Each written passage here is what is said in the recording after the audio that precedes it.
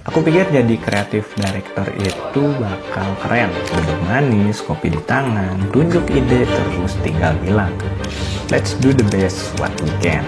Tapi realitanya ternyata banyak hal yang gak pernah aku bayangin sebelumnya. Kita tiba-tiba di hutan, guys.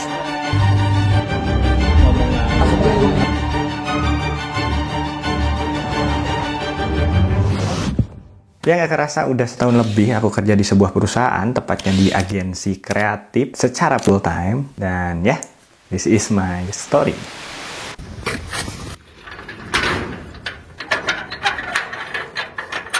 Ya, hari ini kita baru pulang dari kantor dan mungkin kita akan sedikit bercerita. Semua berawal itu dari satu project di mana pada kala itu temanku menghubungi minta bantuan buat bantu ngedirect dan support gitu di project buat salah satu konten klien. Ya, salah satu temanku nggak bisa dan opsinya adalah aku yang bantu di project itu. Dan setelah itu aku dipanggil lagi untuk bantu-bantu di project-project selanjutnya kayak di event, video production, dan konten-konten buat klien yang existing. Dan setelah proyek itu selesai, aku dipanggil lagi untuk mengerjakan beberapa proyek yang lain gitu. Selama 1 tahun lebih waktu kala itu. Dan job desk-nya pun bervariasi. Kadang jadi videographer, kadang jadi sound recordist, editor, kadang jadi gappers, dan kerjaan lainnya yang memang masih di batas kemampuanku pada kala itu.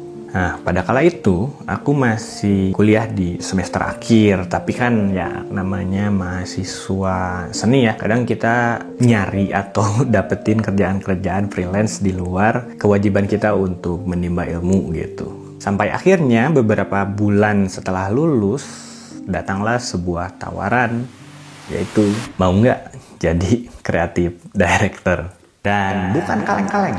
Waktu itu aku menjadi kreatif director pertama di agensi itu. Kala itu aku masih berumur 24 tahun. Dan untungnya karena memang sebelumnya udah sering bolak-balik ke sana dan ngerjain beberapa project, jadi memang untuk proses bondingnya tuh nggak terlalu lama. Ya cukup familiar lah dengan tim dan suasana yang ada di sana gitu. Tapi tantangannya adalah dari sistem freelance ke sistem agency full time itu kayak pindah dunia gitu. Yang tadinya kita bisa ngerjain sesuatu sambil rebahan, nyicil ide, waktu yang fleksibel dan lain sebagainya, sekarang itu nggak bisa lagi. Waktu pertama aku masuk, klien yang bersinggungan sama aku tuh ada 5 klien untuk klien tetapnya yang terbagi dalam beberapa kategori bisnis, 3 proyek internal dan 1-2 klien proyek putus di tiap bulannya gitu. Dengan KPI, standar, selera, karakter yang berbeda-beda untuk setiap kliennya. Bahkan tiap proyek kadang berbeda-beda juga gitu. Who knows? Beberapa bulan udah berjalan dan ada satu titik di mana aku menyadari satu hal. Menjadi paling muda di posisi tinggi itu nggak keren. Ngeri banget gitu. Karena ya itu yang aku rasakan di mana waktu itu di divisiku atau di timku itu aku berada di posisi di mana umurku atau usiaku itu ada di paling muda. Dan ya akhirnya aku belajar buat baca karakter, cari pendekatan yang pas, dan banyak ngelus dada sambil cari tisu, bercanda. Aku epan aja di situ. Hampir semua orang tahu kerjaan anak agensi itu udah kayak sinetron film horor. Udah sinetron, film horor lagi. Hampir semua orang tahu kerjaan anak agensi itu udah kayak sinetron horor. Pulang malam, weekend kerja, klien tiba-tiba minta revisi, syuting luar kota, konten yang udah dibikin nggak di-upload, brief jam 6 sore, deadline besok pagi, belum lagi support kerjaan di luar job desk. Tapi semua itu ngasih satu hal yang nggak bisa digantiin, yaitu sense of growth. Ya, selama kita menikmati setiap prosesnya dan motivasi untuk berkembang, why not gitu. Ya, aku pribadi have fun aja gitu. Apalagi memang lingkup sebelumnya atau kebanyakan lingkunganku itu ada di lingkup seni gitu. Yang orang-orangnya tuh pasti selalu aktif untuk bergerak dan membuat sesuatu.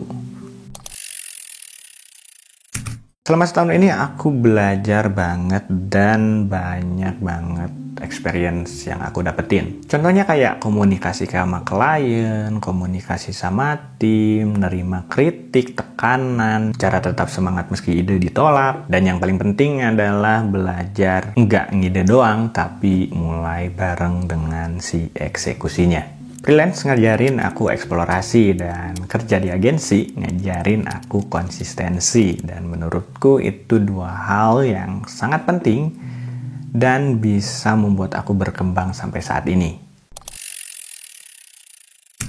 Ya, setahun ini bukan cuma soal jabatan atau posisi, tapi soal proses bertumbuh. Aku dipertemukan dengan banyak orang baru, sistem baru, cara berpikir baru, dan hal lainnya yang mungkin nggak bakal aku dapetin gitu kalau nggak nyemplung ke sini. Ya, sebagai penutup, aku jadi teringat salah satu kutipan dari Max Weber. Jabatan itu bukan hadiah pribadi, tapi peran sistematik yang menuntut hasil dan tanggung jawab. Dan ya, seperti penutup-penutup umum lainnya, perjalanan ini belum selesai, mungkin ini perjalanan yang baru dimulai.